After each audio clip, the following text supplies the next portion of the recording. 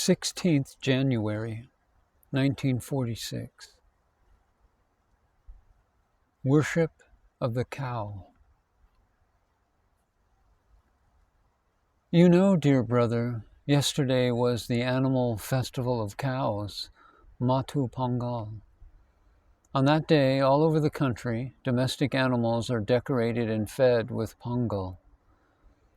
In the Ashram, also yesterday morning, several varieties of sweetmeats were prepared, and with garlands made of those sweetmeats, puja to Nandi was performed by drawing ornamental lines with lime powder before the cowshed, by tying plantain trees around the pillars, by hanging garlands of green leaves, by bathing all the cows, and by placing vermilion marks on their foreheads and garlands around their necks, and also by feeding them with pongal. Finally, puja was performed to the chanting of mantras and the breaking of coconuts. Lakshmi is the queen amongst the cows, is she not? You should have seen her grandeur. Her forehead was smeared with turmeric powder and adored with kumkum. Around her neck and horns were hung garlands made of roses and several other flowers, as also those made of edibles and sweets. Besides these, garlands made out of bananas, sugarcane pieces, and coconut kernels were put around her neck. Not satisfied with these, the person in charge of the animals brought from his own house another garland made out of some savory preparation and placed it on the neck of Lakshmi. When Nirajananda Swami asked him what it was for, the man replied with justifiable pride that that was his yearly custom to do so. When I saw Lakshmi thus decorated, I was overjoyed and felt extremely happy. Bhagavan, who went out at 9:45 a.m., came to the Gosala, the cowshed, at 10 a.m. to shower his blessings on his children there. While he sat on a chair by the side of Lakshmi, enjoying the sight of the beautiful decorations on her, the devotees did arati with camphor, chanted Vedic hymns such as Na Karmana. Some devotees said that they would take a photo of Lakshmi. She was then led into the middle of the Gosala after asking the devotees who had gathered into a big group to step aside. Lakshmi stood there, tossing her head in a graceful manner. Bhagavan also got up, came and stood by the side of Lakshmi, patting her head and body with his left hand. And then he said, "Steady, please, be steady."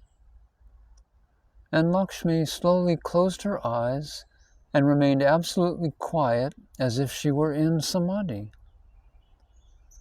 Sri Ramana then placed his left hand on her back and with his walking stick in his right hand stood in a dignified manner by the side of Lakshmi when the photographer took 2 or 3 photographs. One must see that sight to appreciate its grandeur fully. Another photo was taken when Bhagavan was feeding her with his own hands fruits and sweetmeats. You can see the photos when you come here. I was reminded of Lord Krishna in the Ripal when I saw the grand spectacle of Bhagavan standing in the midst of the cows in the cowshed. Not only this, in the Brahma Purana, it is stated that Krishna, in the Paramatma, the Lord of the cow world, and that Radha is Prakriti. The theory in that Purana is that Radha and Madhava are Prakriti and Purusha, the inseparable pair. Standing with his body bent slightly to the left, and with his left hand on Lakshmi, and with the walking stick in his right, looking as if it was a flute, with a sparkling smile on his face, like the foam on the waves of the ocean of Ananda, and a compassionate look towards the group of devotees that had gathered along with the herd of cows. It is no surprise if in Sri Ramana, the embodiment of grace, one were reminded of Lord Krishna himself, standing with crossed legs, resting on his toes and playing exquisitely on the flute.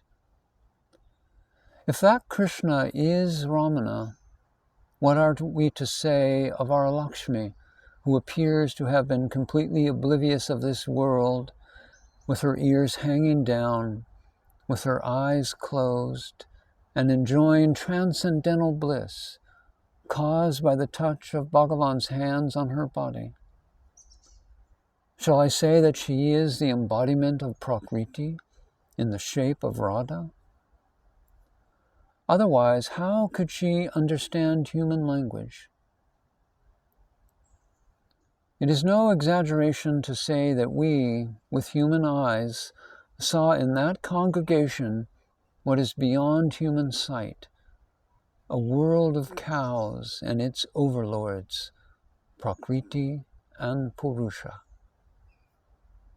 You, dear brother, would perhaps laugh at my foolish fantasies, but take it from me, that sight was so lovely. Every year this worship of the cow is being performed, but this year Bhagavan gave us this blissful darshan by standing by the side of Lakshmi, because the devotees said that they would take a photo of Lakshmi. What a great day!